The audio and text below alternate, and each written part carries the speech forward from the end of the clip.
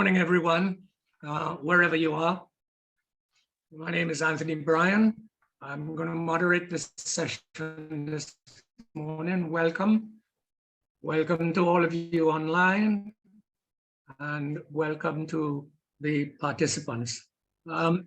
This is a very interesting topic that we're going to discuss this morning.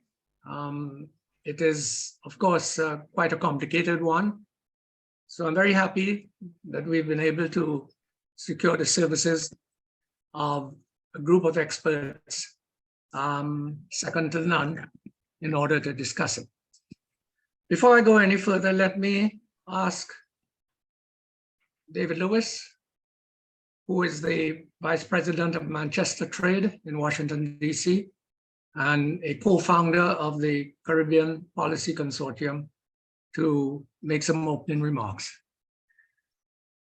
Thank you, Tony Bryan, and welcome to friends and colleagues joining us from the Caribbean, the US, internationally, for this third webinar in the FIU LAC CPC series, which is now in its third year of collaboration, focusing on regional energy cooperation and energy transition in the Southern Caribbean energy matrix, with an excellent team of regional and US experts focusing on this. I think this is incredibly timely, not just in terms of the expertise we're bringing to the table, but what's happening not just in the Southern Caribbean, Guyana, Suriname, Trinidad and Tobago, but throughout the rest of the region in terms of the new opportunities for oil and gas exploration and renewable energy development. And for those of you who have been watching, it is not only the boom in Guyana, the over 1 century development of energy in Trinidad and Tobago, the new initiatives in Suriname, but we now have a series of what used to be decades old dormant exploration licenses up and down the insular Caribbean, now being reactivated for the possibility of exploration and discovery of oil and gas, and using that as a potential backbone for the renewable energy drive in the Caribbean, which has been strong for a long time. So I think these prospects are incredibly important, both from a business policy perspective, but at the end of the day, day-to-day life in the region in terms of what it means to be able to have some degree of greater energy security, stability, and independence. Last but not least, none of this would be possible were it not for the advancement of new deep sea exploration technologies. One of the world's leaders in that area is Professor Norman Munro at FIU, and I'm sure he'll be explaining to us in simple layman's terms, why is it that now we can do this and therefore exploit this opportunity for the region?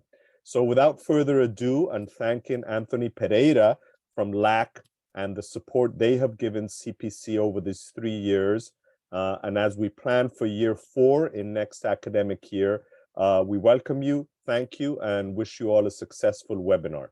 Thank you again, Tony Bryan. Thank you, David. Anthony Pereira. Yes, hello everyone. I'm Anthony Pereira, the director of the Kimberly Green Latin American Caribbean Center, one of the several Tonys on this panel, another Tony P. But I just wanted to say how delighted I am that we're partnering with CPC on this very important topic. We like to say in LAC that the Caribbean is not an afterthought. It's central to what we do. Not just continental Latin America. And that makes sense because in Miami, we feel the effects of everything that happens in the Caribbean, whether it's new sources of energy or weather or trade or people coming, the diasporas that live here from the Caribbean. So I'm delighted that we can do this with you.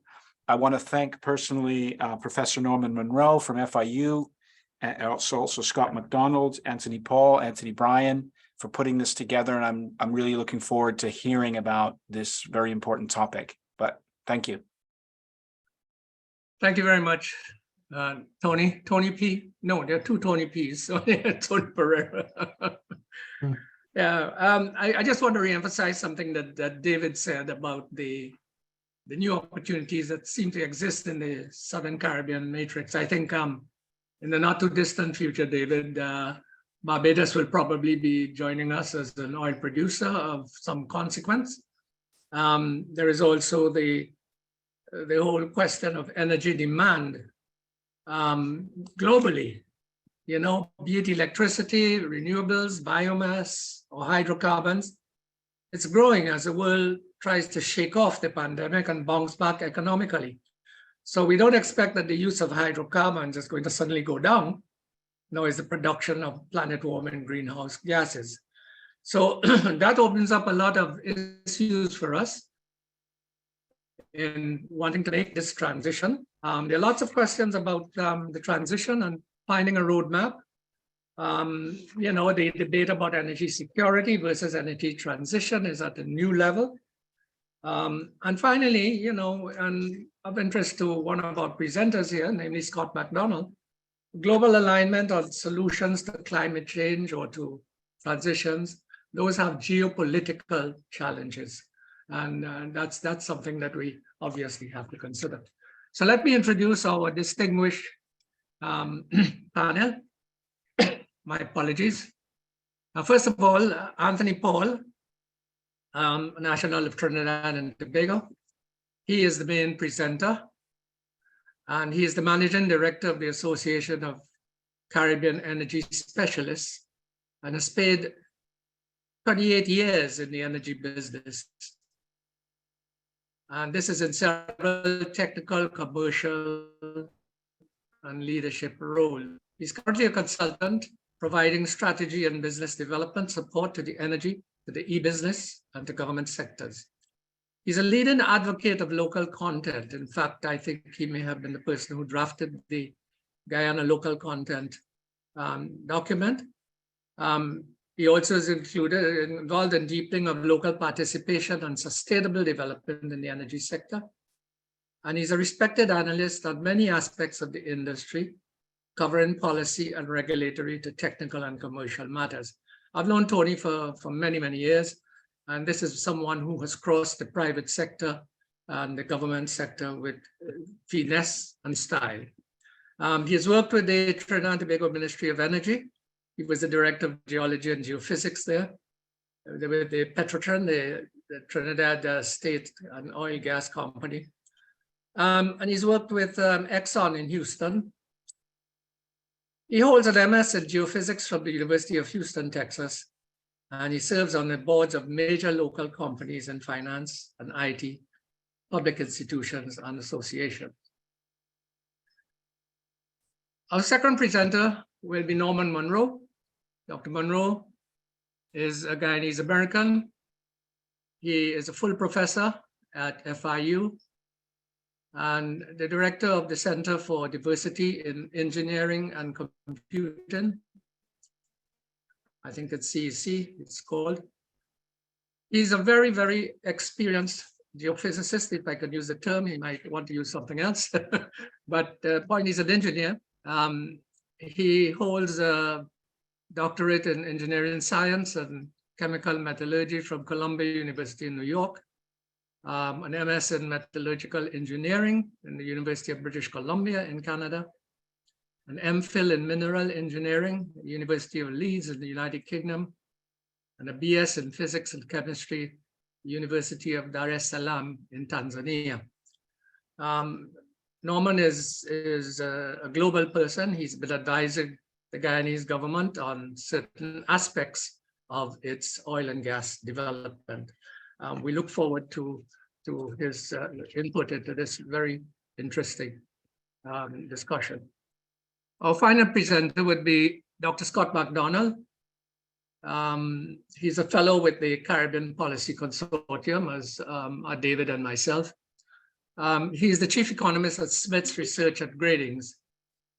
Prior to that, he held a number of top posts in economic research, sovereign risk analysis at various private companies, and also as an international economic advisor in the Office of the Comptroller of the Currency in Washington, D.C. He is the author or editor of 19 books, numerous articles on economic affairs, covering events in the Caribbean, Latin America, Europe, Asia, and North America. His latest book, published in 2022, is The New Cold War, China and the Caribbean, Economic Statecraft, China, and Strategic Realignments. It's a book that has caused, that has a lot of interest for us in the Caribbean, and it has been well reviewed several times. Scott holds a PhD in political science from the University of Connecticut, an MA in Asian Studies from the University of London School of Oriental and African Studies, and a BA in History and Political Science from Trinity College in Hartford, Connecticut. He's an adjunct professor of political science at the University of Connecticut. And in his spare time, I guess, he's on the board of directors for El Centro Hispano, a nonprofit organization whose mission is to assist, support, and strengthen Hispanic families in Westchester County, New York. That is our team, a very formidable team, I might add. And we look forward to a very active debate. We can certainly go right into it. Anthony Paul, you have adequate enough time now for your delivery. And it's a very complicated issue. I keep repeating. It's not a straightforward thing. If you're looking for regional power, as it were, regional cooperation, we don't know what the roadmap is, but we're going to try to formulate a roadmap, at least the essence of a roadmap today. So let me ask Anthony Paul to weigh in on this. He's done a lot of work so far. Thank you very much, Professor Brian. I will use that term, although I don't usually use it because of the Tonys in the room. I'll just call you Professor Brian. Make it simpler. Thanks for inviting me to give this presentation and be part of this distinguished group in this very important process. When Professor Brian invited me, I at first hesitated because, of course, it took a lot of time. It would take a lot of time to get ready, in time for this. But once Tony asked, I had to find a way. So luckily, Tony reminded me I'd done a body of work in the past. So I've gone through some of that stuff, and what I've done is bring together some of the pieces of work I've done since 2003, 2007, 2010, 2019, in a mix that really is trying to look at the renewable sector in a way that is typically discussed. So hopefully bringing some new perspective or some different look at things in this discussion. So what I wanted to do is remind people where we're coming from. But we know where we're going, or we think we do, but remember that the Caribbean had its social and economic livelihood dependent on agriculture for centuries. We did that, and we did that very well. We made some major nations extremely wealthy in spite of our small sizes, due to our natural advantages of soil, climate, and location. Now, those haven't changed. We still have those characteristics. And we're talking about renewables. The question I'm asking is, how can we leverage our natural advantages in that respect? And I'm going to make some suggestions around that. So one of the things I'm asking is, if we're looking to achieve, as this conversation is aiming towards, energy and food security, can we find a way to have them build on each other? Is there some synergy between food security and energy security? And if we're looking specifically at the countries who have oil and gas and are big producers, can we use the presence of that industry as a platform to go into, in a big way, food and energy security? And then I asked the question, what mechanisms of collaboration are there? And I ask it because there's a lot of discussion in the public domain around using infrastructure, and it's become very political. So I'll stay away from that, and I'll mention it, come back to other ways I think are critically important for collaboration that, if ignored, may not make the whole process work. As a reminder, there are many countries in the Caribbean under exploration, some with production, some have made discoveries that aren't yet producing, like Grenada and French Guyana included. But I also want to remind people, when we look at the Southern Caribbean, there's some major producers down there. Venezuela, and Colombia. Now, we tend to ignore them because of the way we have been politicized in terms of our languages. But I think if we're going to collaborate and make this a winner, we should find a way so whatever we design for ourselves has space to integrate those players when we can bring all players together. So keep that in mind. Keep in mind too that not only is there exploration and production, there are refineries in the Southern Caribbean, not just Trinidad and Tobago, Aruba, Curacao, and in the Virgin Islands. So there, and Cuba and other places. There are many refineries around. I put that out there because what I'm going to show is that a lot of the infrastructure for oil and gas can be retrofitted to support renewables, and I'll show you how and why that might be important to consider. So we know Trinidad and Tobago was an agriculture economy. It transitioned to oil and gas, and now it's looking to diversify. The two other countries in the subject area, Guyana and Suriname, are about to embark on that same path.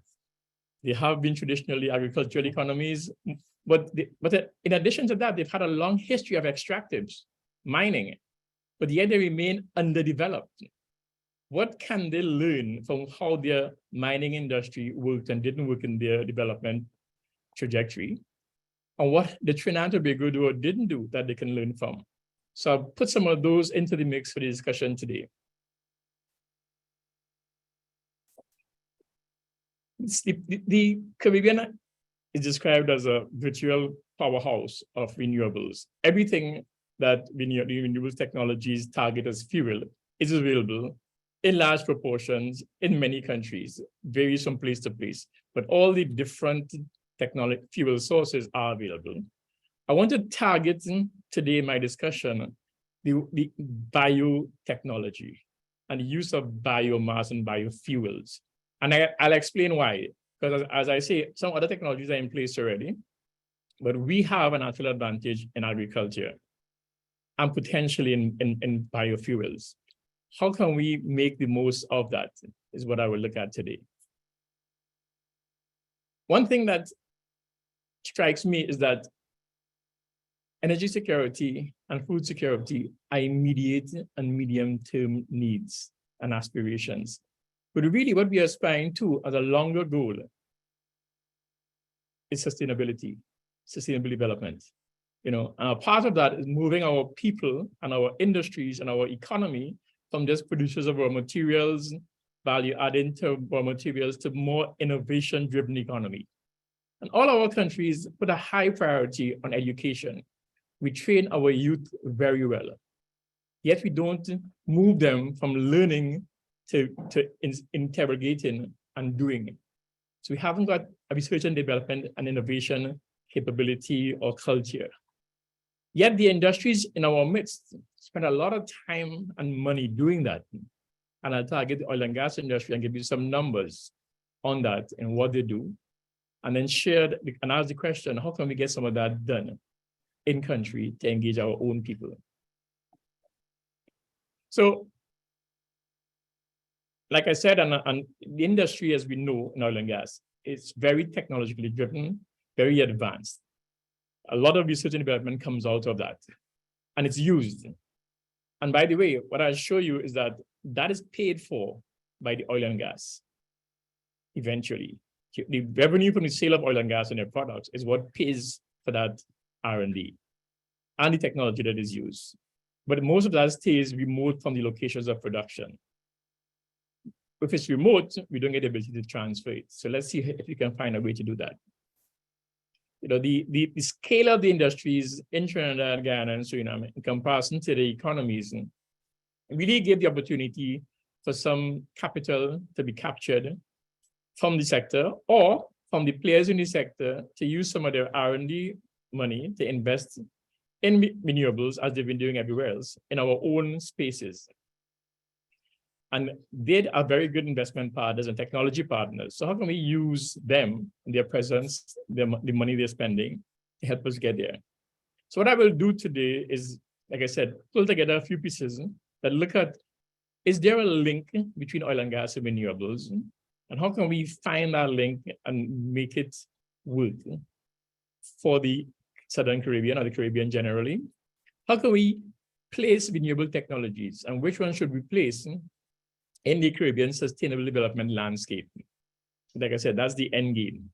And what are the benefits we can get, the potential synergies you can get from working across countries, and how do we cause that collaboration to happen? And then I'll make the case for R&D in biofuels as an example of how we can approach this differently. Because at the moment, the conversations I'm hearing are around, okay, take your oil and gas revenue and use it to buy wind farms or solar panels and batteries. And by the way, if you don't have the money, we will lend you that money. So essentially, we're saying remain indebted for a long time.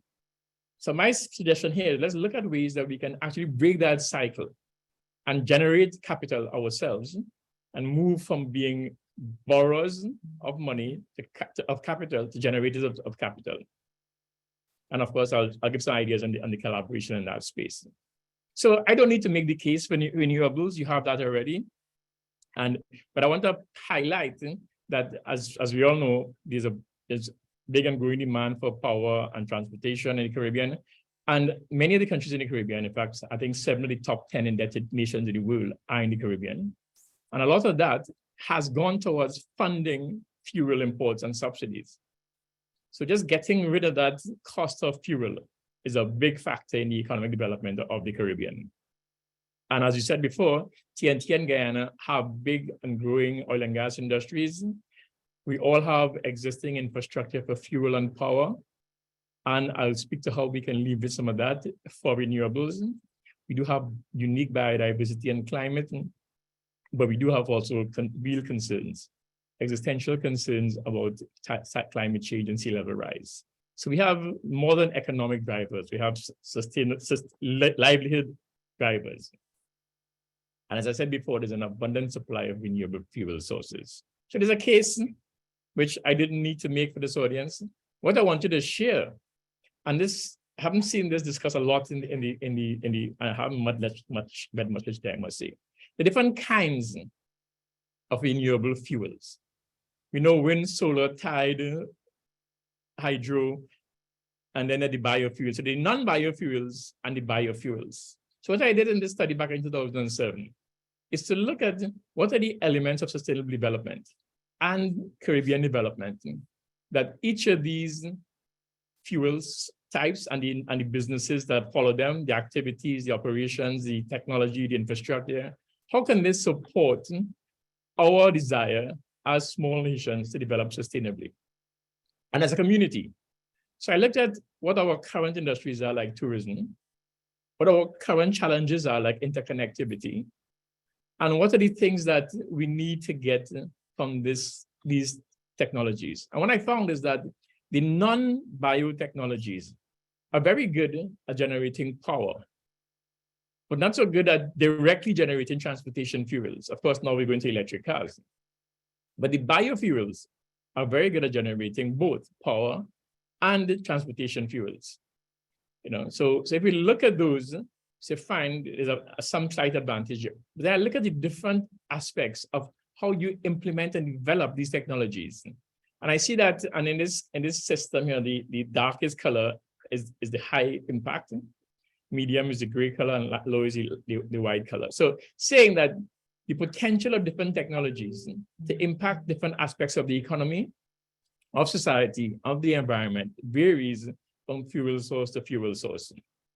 And in that regard, my assessment is that the biofuels had a bigger opportunity to impact the economic sustainability of the Caribbean.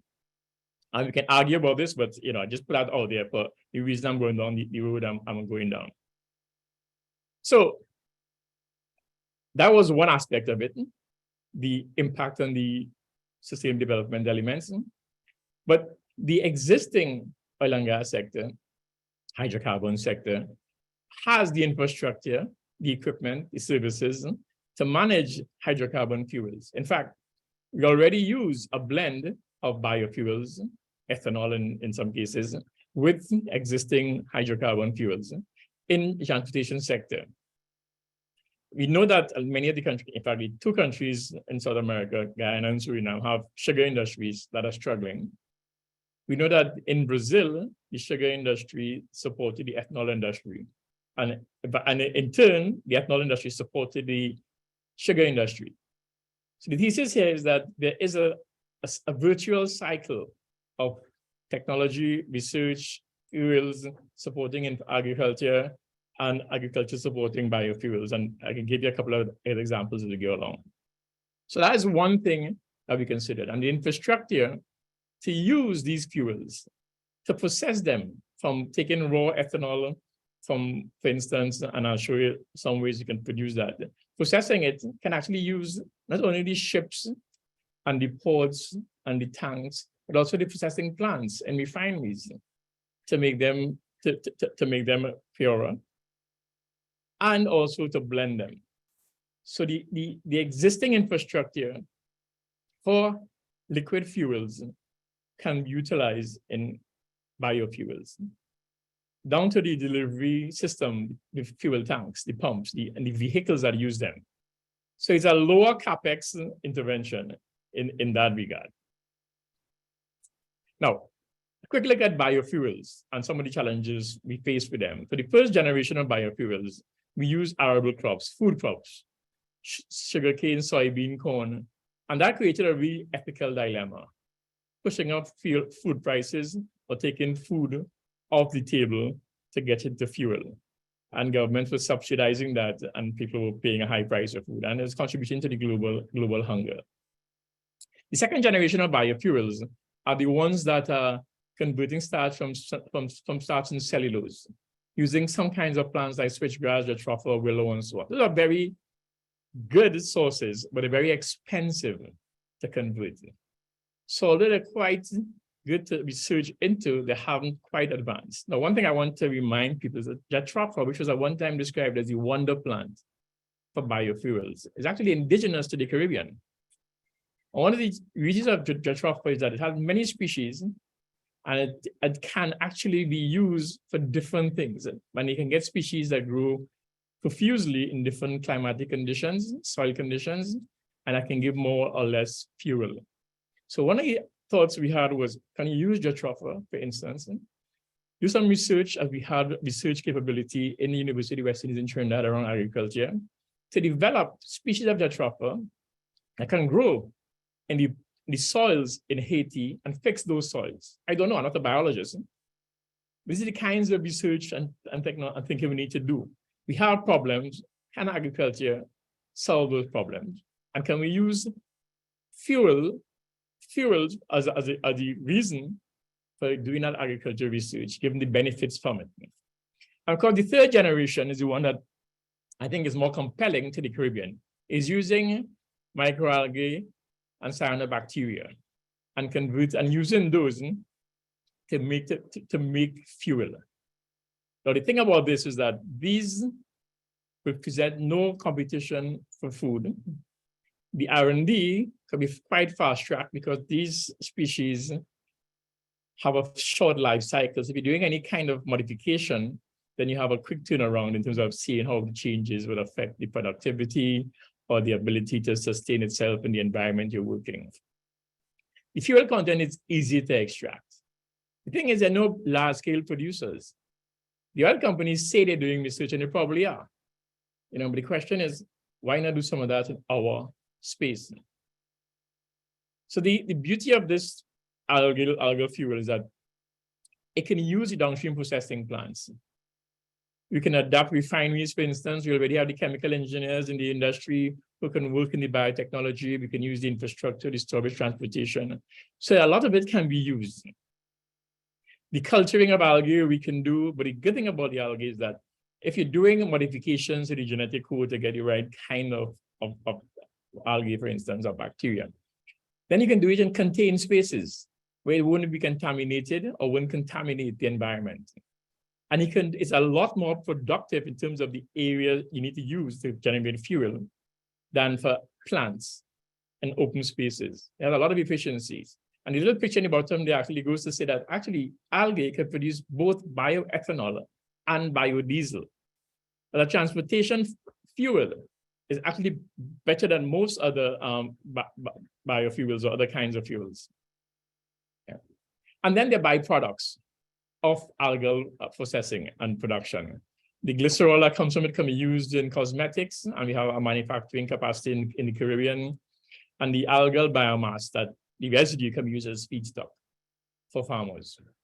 There's a lot of benefit, there's some benefits in there. And there's a whole bit I did around that on the ecosystem around developing that. So some of these projects, for instance, can be quite small, so therefore they can be financed locally. And that can then generate some more of the capital markets, some more finance. There's a whole system of business development, capital markets development that can be tied to this, and it can be all indigenous. Or we can bring in partners, as I want to suggest, with the oil and gas industry. So one of the things, and Tony mentioned it at the beginning, one of the things I work on is it's traditionally called local content. But it really is, how do countries retain more value from their oil and gas resources? Or how do we generate more value in country from the oil and gas resources? And I'll show a few pictures to give you a sense of why I think this is so important. So for starters, the infrastructure for oil and gas can be repurposed, can be used from the upstream to the midstream to the downstream for biofuels. And this slide came out of a presentation I did with my son, who was a biotechnologist back in 2018. We were looking at how can we use oil and gas to transition. So this is not new thinking, this has been going on for a while. So I want to show you the oil and gas sector, which we speak about all the time. I want to break it down into the areas of activities and the areas of spend. And I'll come back to why spend is so important in a moment. But there's a notion that oil and gas industry is high capital, high technology, high risk. What people don't seem to consider is that the risk in oil and gas is from the investor. And the risk is around, if I spend $100 million to drill an oil well and it's dry, I'll lose that money. But that 100 million didn't disappear into the ether. It goes to procure these goods and services. So the companies providing these would make money. Now, what's important about this is that this money, these goods and services are not huge bundles. Each activity has a whole series of sub-activities, many of them business activities like logistics, IT, HR, that go into that. And I'll show you why that's important in a little bit. So even though some services are quite specific to oil and gas, and some are even specific to upstream rather than downstream, a lot of these sub-services they utilize go into the economy, can be taken along the value chain, as well as outside the value chain to other sectors of the economy. And I want to show why this is so important, because those transferable skills are the ones that can help us now invest in renewables and build businesses around renewables and agriculture and governance, which is a key part of what needs to happen for this to work right. So that's a picture there. So what we don't realize is that we bring foreign companies to the region because they have something we don't have. We know that. But we don't interrogate why we always continue not to have what they bring and we need it. So what we've been working on is how do we identify these specific competencies, skills, technology that these companies have, and not only the investor companies, but the service companies that we want to get our hands on so we can be able to use it ourselves when they're gone. So that we can then apply some of those, and many of those can be applied to other sectors of the economy. And that's what this in-country value addition I'm speaking about speaks to. And if you look at these things here, look at this listing, I can tell you all of these are applicable to renewables. Every single skill set, every single need is applicable to renewables. It's being done in our midst by some of the best companies in the world. How can we get them to work with us so we can learn from them? We don't want everything, we want something. We don't want the level they have. How do we do that? But here's the reality. The reality is this. We think, and we say these numbers, that oil and gas has a high tax regime. In Trinidad and Tobago, it's 50% petroleum tax, 5% unemployment levy. Guyana has a 50% profit share. The key word there is profit share. oil and gas industry has very, very high costs. In fact, I put some numbers here for BP. I put up two sets of numbers, the numbers for the last 4 years and an average over the last 10 years. And you will see that BP's revenue, and the revenue comes almost entirely, 98%, from money earned from selling oil and gas or refined or processed products made from that oil and gas in our countries. And of that money, 80% plus goes to service providers. And these typically reside in countries to the north, in the home countries of the investors. Government's average take is under 3%. So although we say that 50% tax rate, that cost that is to be recovered gets carried over, even when there's no activity. So ultimately, the government share gets diminished. So the government gets a bigger share towards the tail end of a project, but at that point, the pie is much smaller. So you get a bigger slice of a smaller pie. This is not my numbers. This is BP's numbers. And I know, although this refers to the whole value chain, the same number, the name split, 80%, 10% is what applies in the upstream sector, which is what happens in our spaces.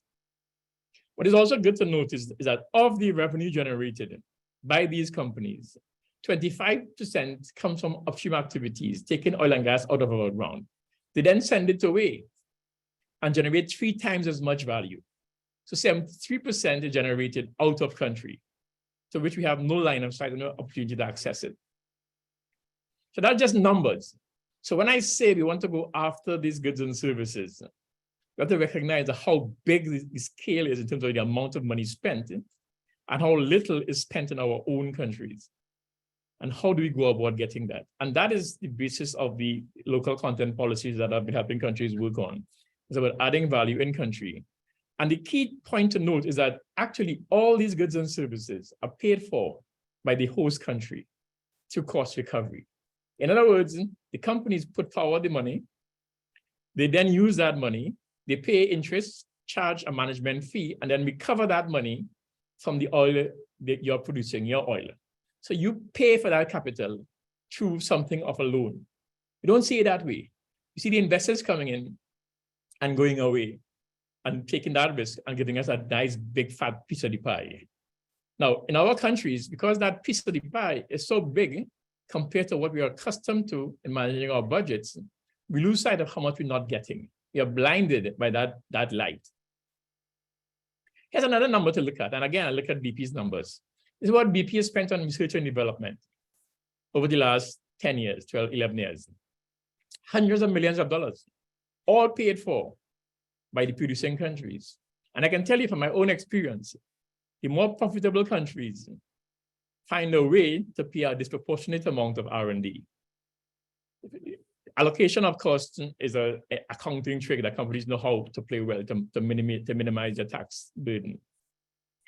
How much of that is spent in our countries? You may say we haven't got the infrastructure, the people, but these R&D funds infrastructure, they fund labs, they fund PhD students. That's where they go. We are paying for it. Why aren't we benefiting from it? How can we benefit from it? How can we target R&D that supports our needs and our future? And if the companies are interested in renewables, in an energy transition, in a net zero, can they work with us where they're bringing it up and putting it into the atmosphere? So that's my look at the technical sides of this moving from oil and gas, why I suggest bioethanol might be useful. When we talk about collaboration, the discussion has been, as I said earlier, around using refinery here, pipelines there, plants there. But there's a bigger pie. If we think about this as a unit and manage our resources, not as a project or a country, but as a portfolio of projects, of opportunities, and develop common systems, common policies, common strategies, common ways, common master plans, for instance, to go about developing those, so that each country will develop its own, but in aspiring to a bigger vision. No country will be construed by a global set of laws or rules. You can write your laws, your contracts, your operating policies, to align with the bigger policy. So who's leading that? Who's leading that policy discussion around transitioning and using oil and gas? Or is it even important or useful to discuss? Now, I don't know. So getting these things in place and getting the governance system that falls out of policy, legislation, regulations, contracts, operating systems, all those things are required. And if they're aligned, it makes things a lot easier to manage and to measure. So, and then many operational type things as well. So I speak to the policy elements that need to be built in to collaboration. And then, of course, there's the infrastructure assets, but the other pieces of infrastructure like telecoms, we don't talk about right away, for instance. There are lots of things we can think about, but then there's something I call the soft infrastructure. The skills, the knowledge bases, training institutions, the things that are required to do R&D, the operating procedure, those are the things that make businesses efficient. If we have a hodgepodge and there's no standardization, how can we get the benefit of local goods and services moving from place to place? How can we make sure that when the companies go to the market, they say, sorry, we looked at their market, but you haven't got the capacity. Because they're picking each individual country as the supply base. If we had a broader supply base and a broader strategy and a broader vision for collaboration, then the companies won't have that excuse. So what we tend to do, and I've seen this in other places, countries tend to compete among themselves, but they haven't got the critical mass to be effective. So the demand leaves the region, leaves the country and the region. So how can we create this kind of collaboration around knowledge, skills, institutional development? Tony, I've gotten a signal that we probably need to summarize. I'm summarizing now, yeah? Right, okay, so, thank you. Yeah, so again, you have collaboration around operations. So I'm not seeing the signal from, so I mentioned some of those. And in closing, I want to say, as I said before, energy security is not an end unto itself. The goal is sustainability. So policy prescription should consider the end game, the aspirations, both short and medium term, the current circumstances and the likely trajectories, what to do, how to do it, and who will do it. And that's very important. But depending on who we put at the front, we get different behaviors and potentially different outcomes. If we give it to the politicians alone or CARICOM alone, we know what to expect and what not to expect. So when we're writing policies, who do we engage and who do we empower and who do we hold to account? Those are the questions I think would help us move from the geopolitics to the technology to the practical implementation. As I said in one of the reports I would, it's help us move from a wish list to a to-do list. Thank you very much. Thank you very much, Tony. Sorry, that was extremely comprehensive.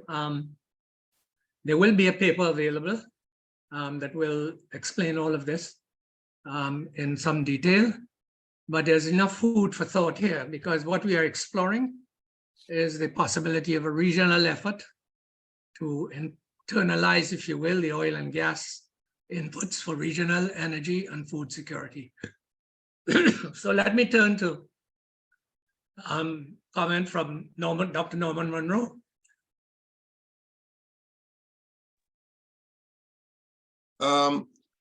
Could Tony stop sharing so that I can share mine? Sorry, I'm doing that. Have I stopped? Yes. Okay, good. Well, good morning, everyone. It gives me great pleasure to follow up on what Tony has outlined. He has established a very sound platform on which I can proceed. And my presentation will deal with the Southern Caribbean energy matrix, the potential for Guyana, Suriname, Trinidad, the transition from fossil fuels to renewable energy, and opportunities and conclusions. So right away, I would like to focus on the Golden Triangle, where we're talking about deep water oil and gas exploration. And the Caribbean basin just happens to be within that triangle.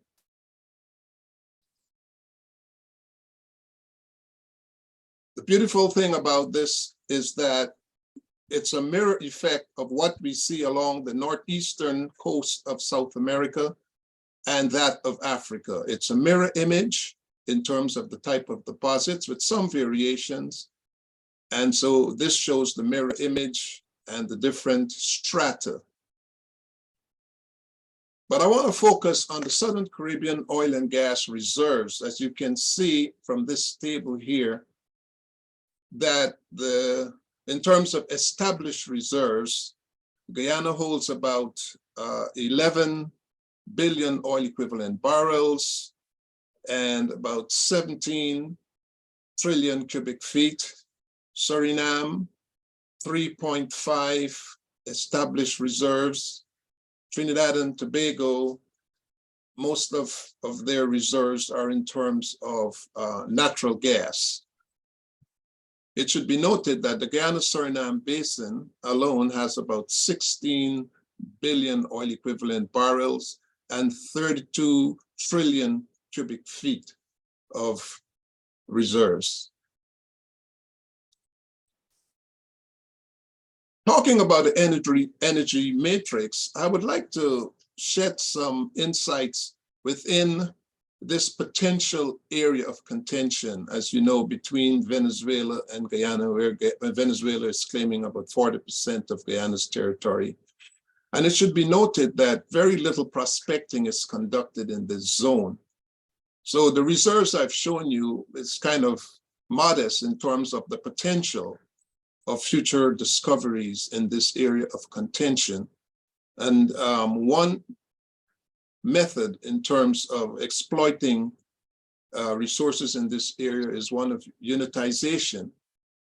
There are unitization agreements between, as an example, the United States and Mexico in the Gulf of Mexico, where that common resource is shared. And even some discourse with Cuba is ongoing in terms of their participation in this region. So this would be one area. I know it's a lot of geopolitics involved in terms of actually conducting exploration here, but I mention this simply because it shows the potential for added reserves.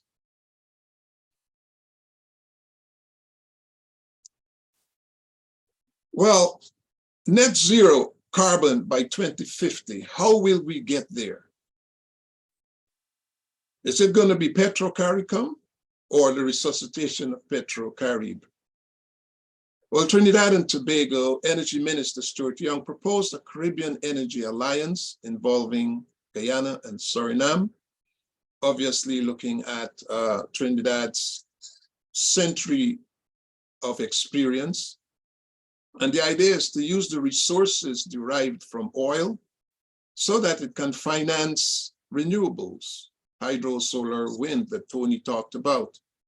But it should be noted that investments in renewable energy have a very high internal rate of return on investments. But despite investing in renewable energies, attempts would have to be placed on implementation of adaptation measures across all vulnerable sectors of the economies: transportation, sea level rise, the coast of Guyana is below sea level, and dealing with those issues and transportation into the hinterland are very important. And so it therefore would require governments and businesses and investors and citizens working together, utilizing affordable and reliable arrangements under the CARICOM umbrella. But as Tony said, if one just depends on the CARICOM umbrella, it may be less than desired. So all participants will have to come up with strategic ways of addressing this issue. This plot here shows global energy-related carbon dioxide emissions towards the net zero pathway, and it shows what can happen with low international cooperation. We're talking about net zero by 2050, but with low international cooperation, it can be 2090. Well, what are the primary energy consumption by energy source around the world? if you look at nuclear, it's going to remain flat by the time we get to 2020. You see the steep rise for renewables, and you see an inflection point between petroleum and other liquids towards 2050. And a good player is natural gas. It will increase, though not as much as renewables, and coal will remain flat. And so you see renewables would gain a great market share. Coal would decrease, petroleum will decrease somewhat, natural gas will move along, and nuclear will be flat. Tony also talked about biotechnology. And here I wanted to show the effect of carbon dioxide in terms of the neutral transportation. Here you could see the increased use of green technologies if you follow the green line. And then you will see a decrease in energy consumption if you follow the red line. And you get that same inflection point that I mentioned. And non-fossil carbon from ethanol, biodiesel, butanol would play a major role. Tony alluded to that.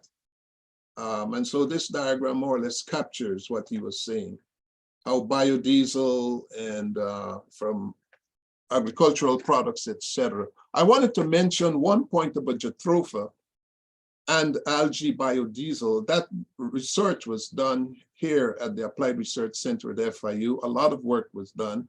But one challenge as far as jatropha is concerned is the harvesting, to the green harvesting. That was found to be a major challenge. If we look at the global energy security indicators by 2050, you will see right now it's about 90 million barrels per day. By 2050, it will probably drop to about 25. OPEC's market share right now is about 34%, but by 2050, OPEC's would be about 52%. And countries like the Southern Caribbean will play a role in this global supply. But take a look at what happens to critical minerals demand by 2050. You see that increase. That is a drastic increase, and I will touch on that a bit later. And the share of solar photovoltaics, wind, and et cetera for electricity generation will soar by 2050. So the alternative absolutely is to move towards renewable energy. So let's look at the regional energy matrix. And it's very important to look at this because in the Caribbean, we pay too much for energy and makes our industries non-competitive. So installed capacity in terms of megawatts is shown here. Trinidad, of course, very intensive. But look at the sources. In Guyana, it's 92% heavy fuel oil and diesel. Biomass, about 7%, 1% solar, and less than 1% hydro, which is a shame. This should have been developed, as is the case in Suriname. Look at Suriname, which has very low energy cost, and that's because 59% is from hydro and 40% is from fossil, bearing in mind that they produce some of their own oil. And so that makes their energy supply relatively inexpensive. Trinidad and Tobago has used about 99.5% of natural gas. Now, if you look at the cost of electricity generation in terms of kilowatt hours, for natural gas, it's about 4 or 5 cents, whereas from diesel, it's about 50 cents. So doing manufacturing and industrial development in Suriname and Trinidad would be very cost effective in terms of energy requirement. So what can happen in terms of regional development? The global demand for ammonia and fertilizers would be a driver for collaboration in the region. And the ammonia to fertilizers would help the agricultural sectors in Guyana, Suriname, Belize. Recently, TNT is offering its 10 ammonia plants, 7 methanol plants, and 4 LNG facilities to process natural gas, which can be obtained from Guyana and Suriname. But I would like to stress that R&D, Tony talked about that as well, is needed for hydrogen production by the catalytic pyrolysis of natural gas and electrolysis of water using renewable energy. The byproducts of pyrolysis would be products such as graphene, carbon nanotubes that can be used in the production of cost-effective photovoltaics. Tony also touched about generating capital within the region with added value products. Another byproduct would include biochar and ammonia. Biochar can be added to soil, can help the agricultural base, and climate mitigation. I don't have the time to go into biochar in terms of climate mitigation. At some other point, I can talk about that.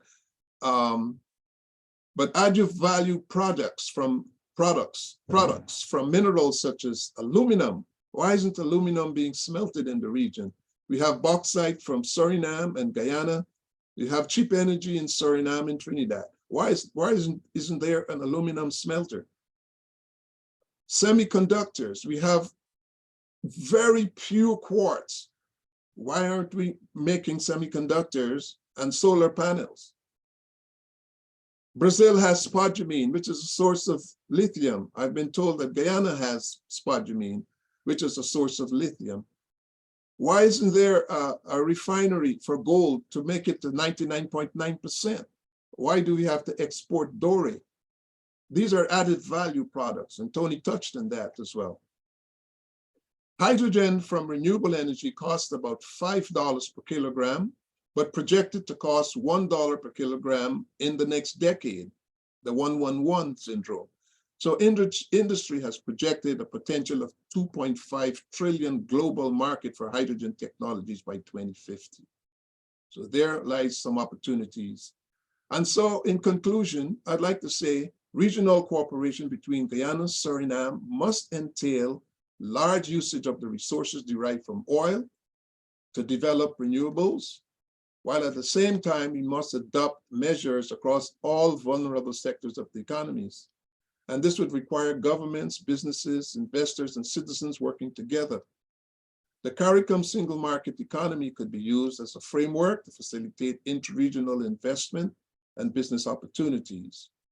We have trained engineers, Tony talked about that, who can help with R&D.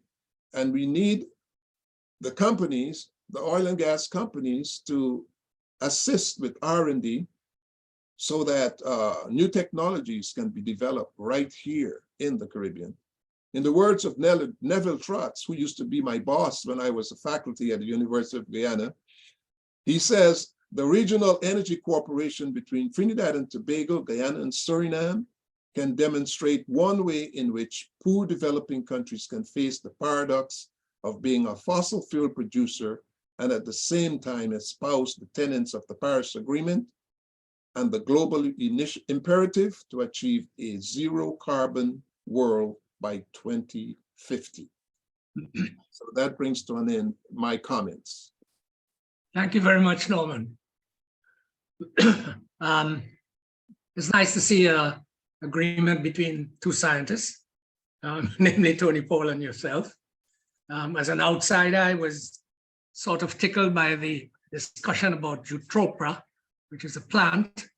I wonder if there would be a great deal more interest in the Caribbean if it's something that could be smoked. You know, that's the... Let me now ask Scott McDonald, our resident American with Caribbean flair, to make some comments concerning the geopolitics. Well, Please. first of all, I'd like to thank FIU and CPC for having me on this distinguished panel today. I'd also like to make thanks to Norman and David, so I'm sitting on a panel of Tonys, and without you guys, I'd be totally confused. So let me kick off by saying that. I'm going to take a step back from some of the more granular approach with Dr. Monroe and Dr. Paul. And, one of the big issues that comes up is where do we sit in terms of the macro economy and geopolitics and kind of the context of where this sits.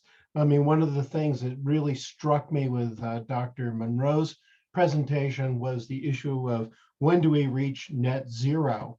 The Paris targets are 2050. That sounds great, right? But the reality is that we're probably not going to reach 2050. In the United States, under the Inflation Reduction Act, EVs are supposed to reach, for passenger cars, 50% by 2030. Guess what? We're not going to make that. And this kind of goes to my point of this presentation today and what we're talking about. And that is the sense of urgency about the changes that we are trying to implement and how to move forward. And one of the things I really liked about the title, even though it was very long, was the roadmap, okay? Because the roadmap concept is critical here. And I think Dr. Paul and Dr. Monroe both gave a very solid roadmap of what needs to be done. But there are a lot of global forces that sit here that are going to be a challenge to how the Caribbean, the Southern Caribbean in particular, with the energy matrix evolves. And I think that there has to be a greater awareness of these factors, especially when you talk about financing for the region, R&D, all of these things. And one of the things that comes up to my mind is the Caribbean has a window of opportunity, okay? There's a set time. We live in the 2020s, which is probably one of the most pivotal decades in a century in terms of a great energy transition.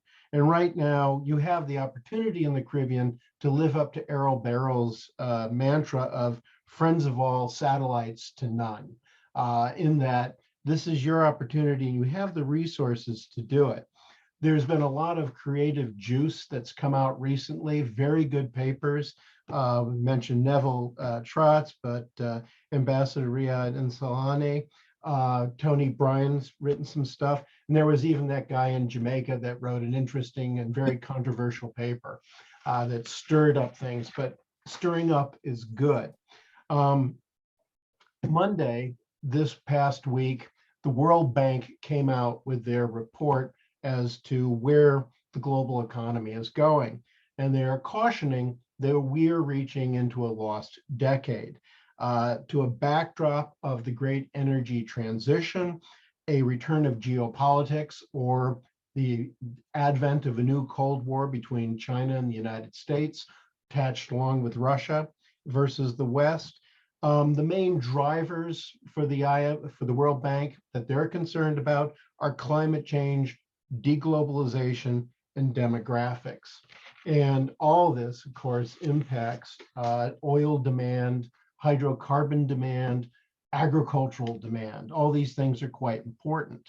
I would say there's two factors that really leaped out, and this is worth considering. The World Bank looks at the prospects of the slowing path that says that the average potential global output is poised to fall from a 30-year low to a 30-year low of 2.2% per year between 2023 and 2030.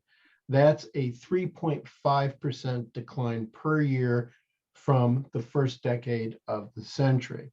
And the fallout will be even more pronounced for developing economies, which expanded at an average rate of 6% from 2000 to 2010.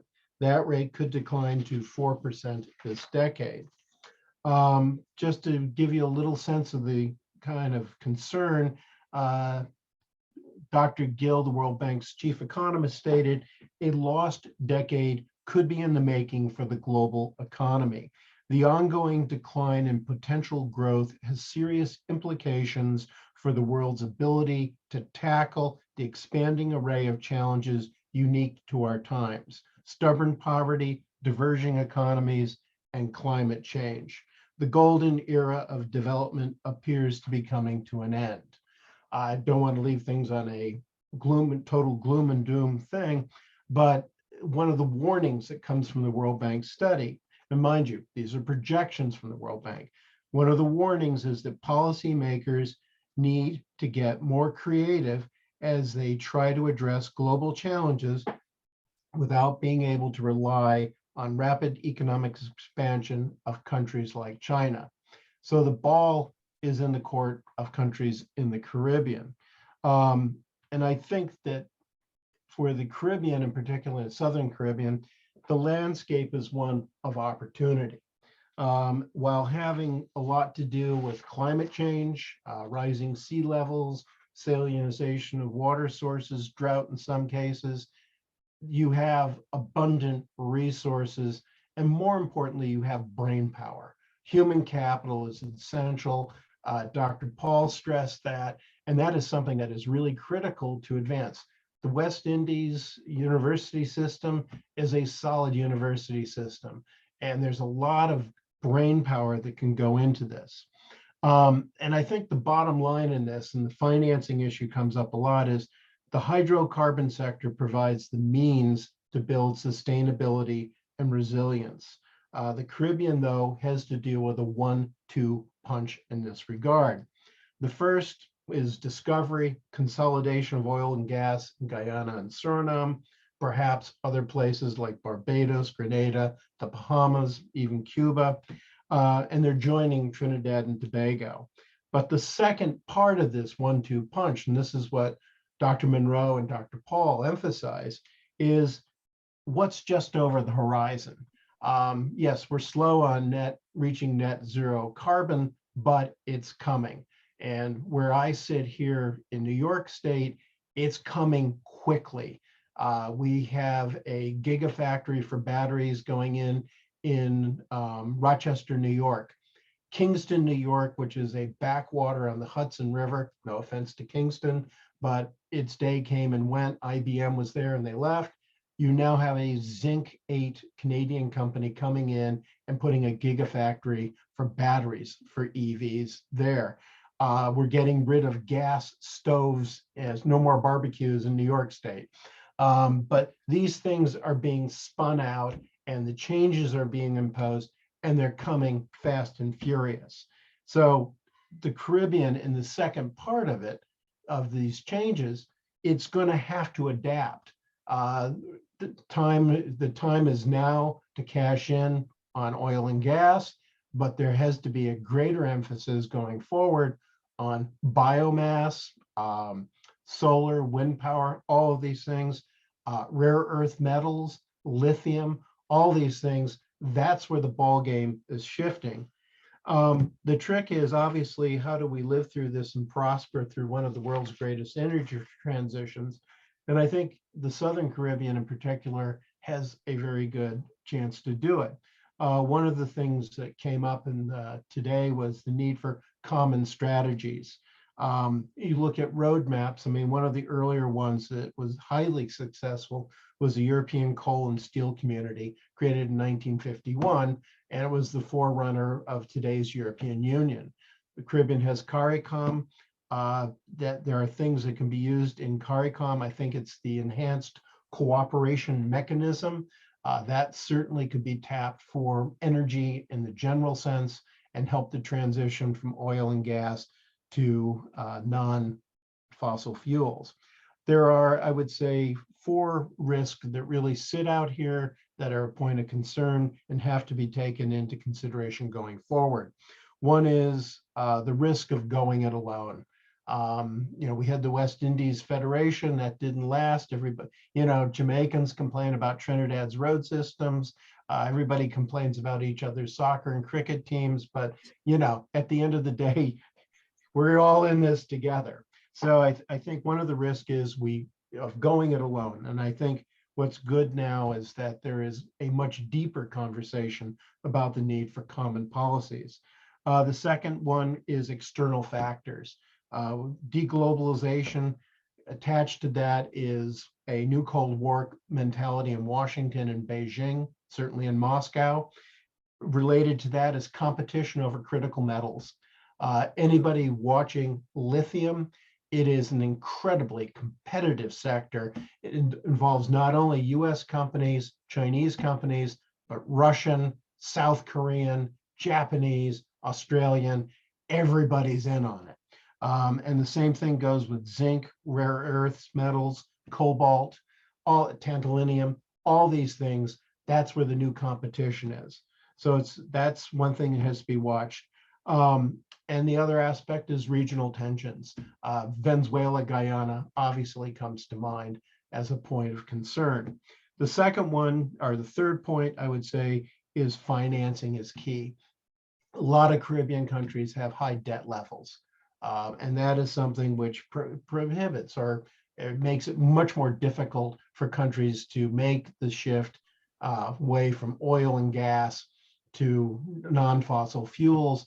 And that's where common policy comes into play, where some of the Eastern Caribbean countries that don't have those resources might get some help from other countries within the region.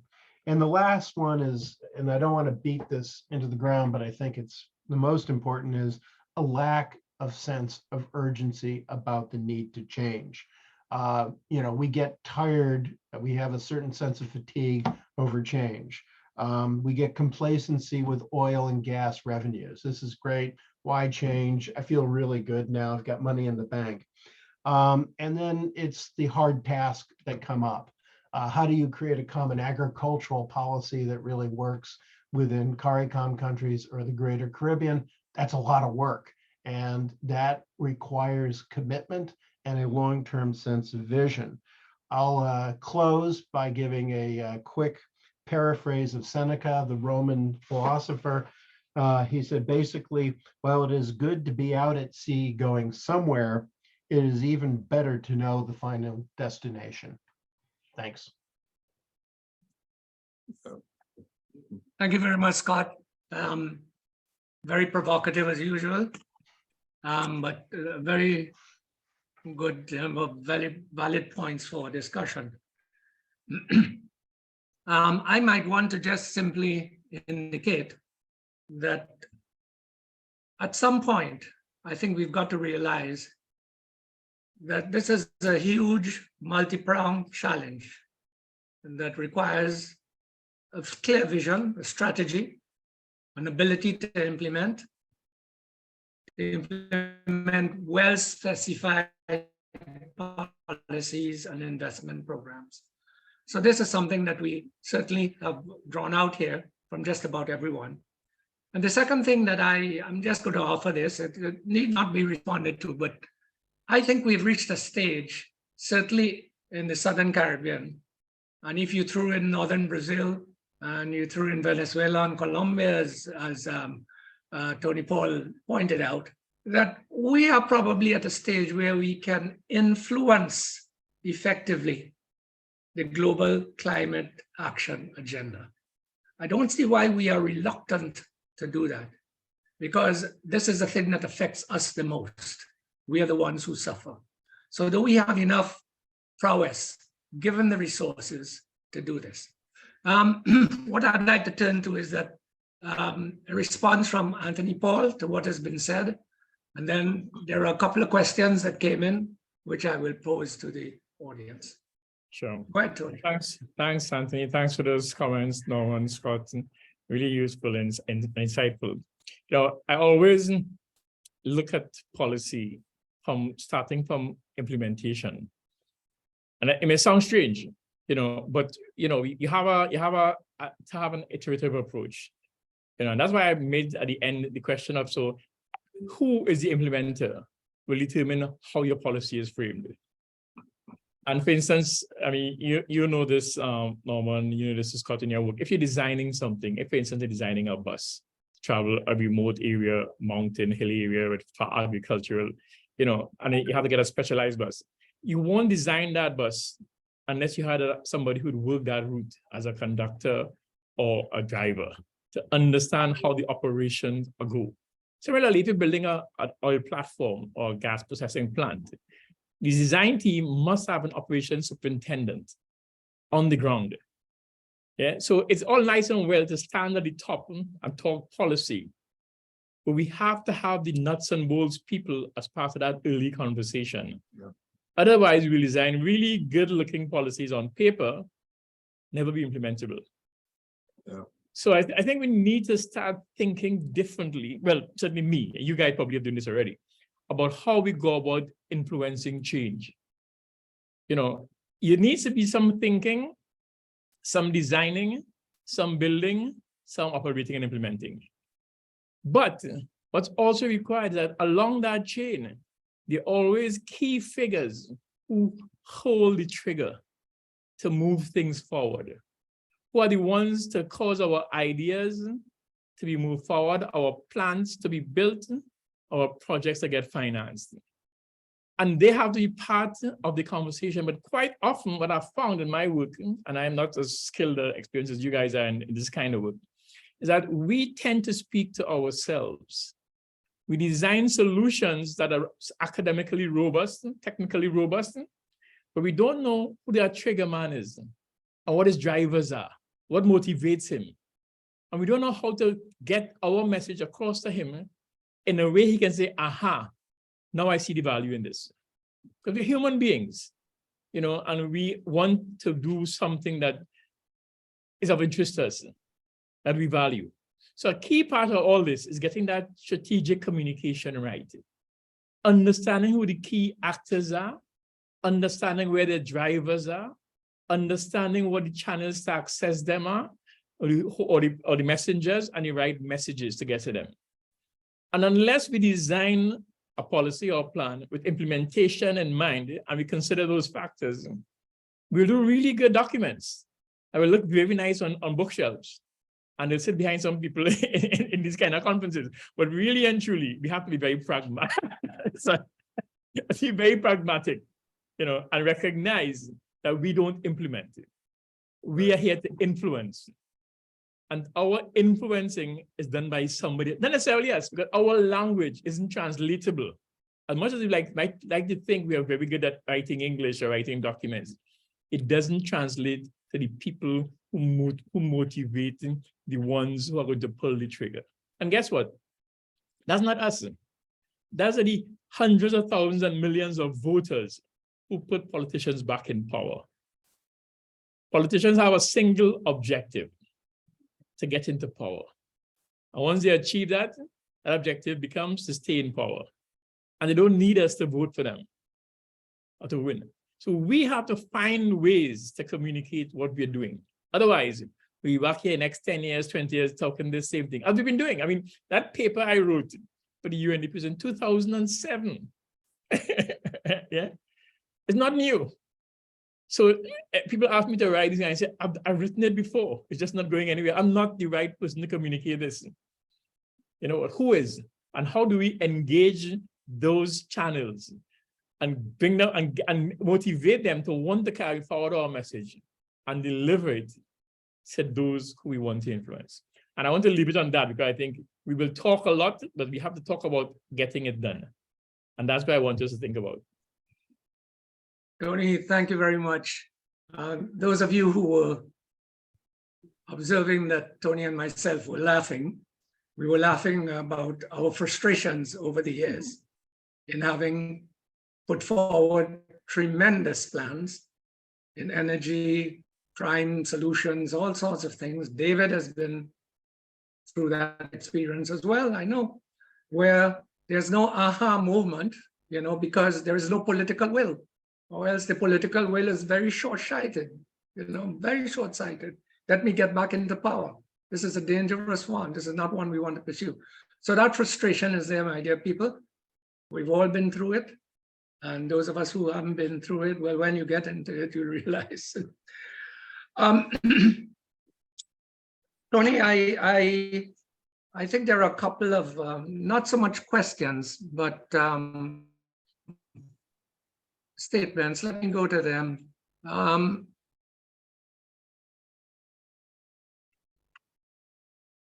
There is one from Nicholas Watts, who says, "It is good to hear Neville Trotz mentioned in the context of a set of rich presentations. Could the panelists please comment on how the Caribbean Community Climate Change Center is placed in the context of key actors identified here? Will it be active players?" I don't know if anyone can answer that, but if you think you want to take a shot at it, please do. There are Three other questions that I would like to pose, of course. Anyone interested in responding to that? I can't. I don't know the answers. Yeah, neither do I. David? Can't hear you, David. I just read his papers and thought they were very good. Yes, we just had a webinar with a white paper by Neville on March 8th with our collaboration with the Guyana Business Journal. And that is posted on the CPC website, cpccaribbean.org, both the full webinar, his presentation, and the report. And it brings together precisely a lot of his history and work of 3+ decades as the key technical expert in the 5C, and where to take this now. And particularly, I believe it was both in the presentations, that quote of how do we merge and balance in a constructive way this fossil fuel boom with the climate change, environment, existential threat of the Caribbean, and how can the region use that as leverage, particularly the resources, to make that transformation. And I think, I don't want to speak for Neville, but he made the point very clearly. Everybody who is thinking there is a contradiction, yes, there is a contradiction in terms of we are now fossil fuel producers and we are facing this threat, but there is no contradiction because the policy world and the realm in the region understands that. And the challenge now is, okay, how do we take that to the next level to use those resources with the finite time to make that transformation possible? And I think both Tony, Paul, and Norman identified a variety of very specific areas of energy work, technical work, industry initiatives that could be used.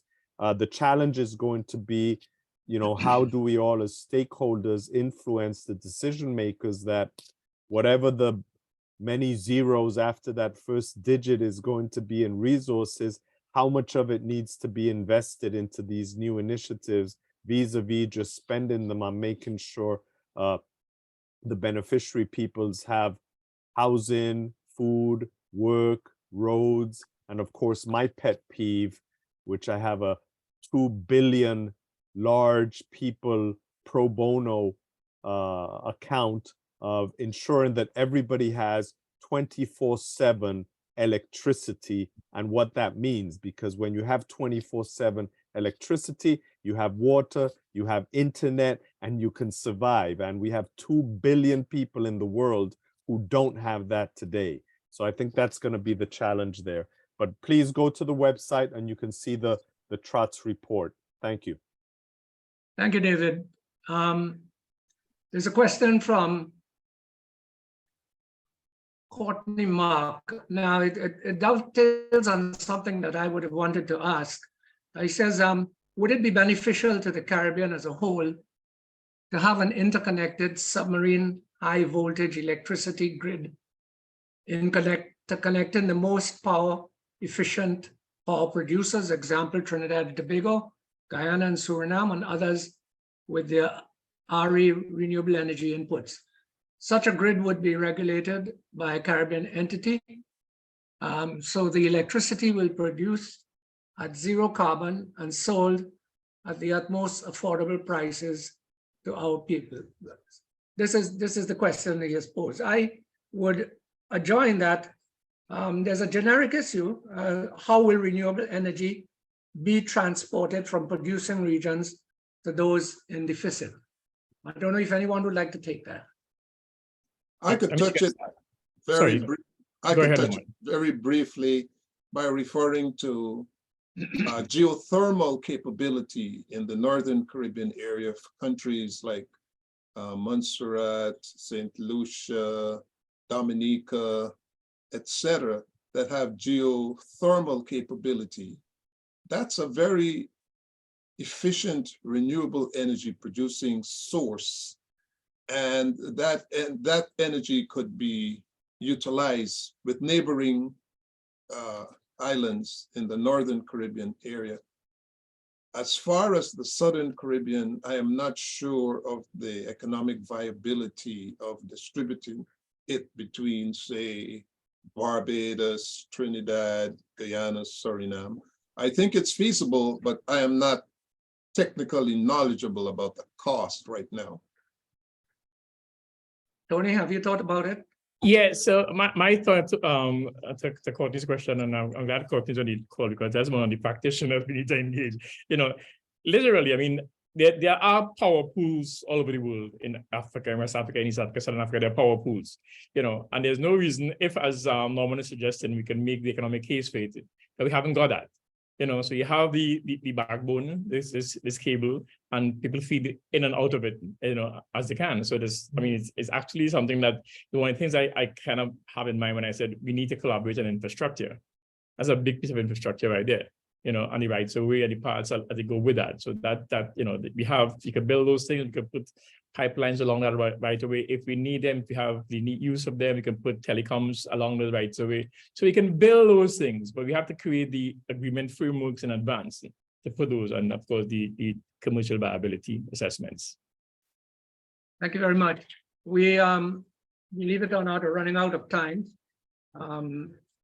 This has been a tremendous session. I don't have any closing remarks really. I would have questions, obviously. But I think that this session is being recorded. It might be worthwhile for those of us who have participated, whether online or actually here virtually, that we re-examine these issues very carefully. There are no simple solutions to, but there is a roadmap. And I think we've touched on some of the beginnings of that today. Before closing, I would ask David Lewis whether he has some final comments. And in fact, perhaps to make a comment about one of our anchors on this website who is leaving us, namely Lindsay Dunn.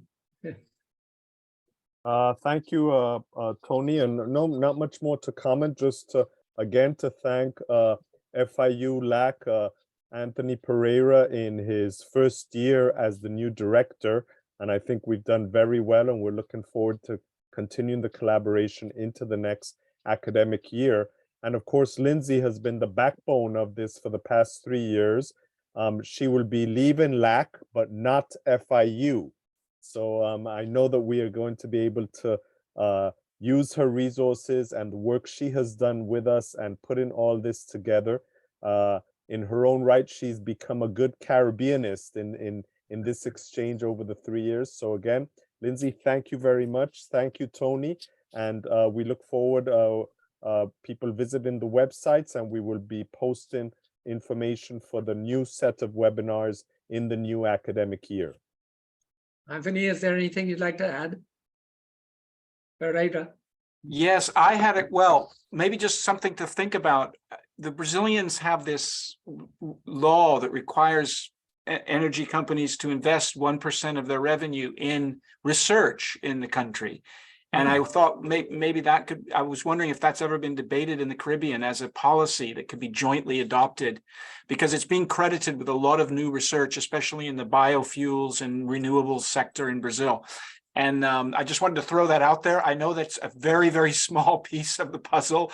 You guys were much more comprehensive, and I really enjoyed the presentations, but I just wanted to throw it out there as food for thought when we can return to this topic. But thanks to everyone, and thanks to Lindsay for keeping this going for 3 years. Sure. And the Norwegians did the same thing, Anthony. So they had incentives to invest in R&D in Norway, and look where they've come. Interesting. Okay, so that could be a nice. Thank you, everyone, for making this a very intense but exciting session. Lindsay, let me add my personal congratulations and thanks for having sustained this series to this point. And good luck in your new venture in FIU. I don't know where it is, but I hope it's rewarding. Thank you, guys. Thank you very much. Thank you, everybody. Thank you, everybody. Bye-bye.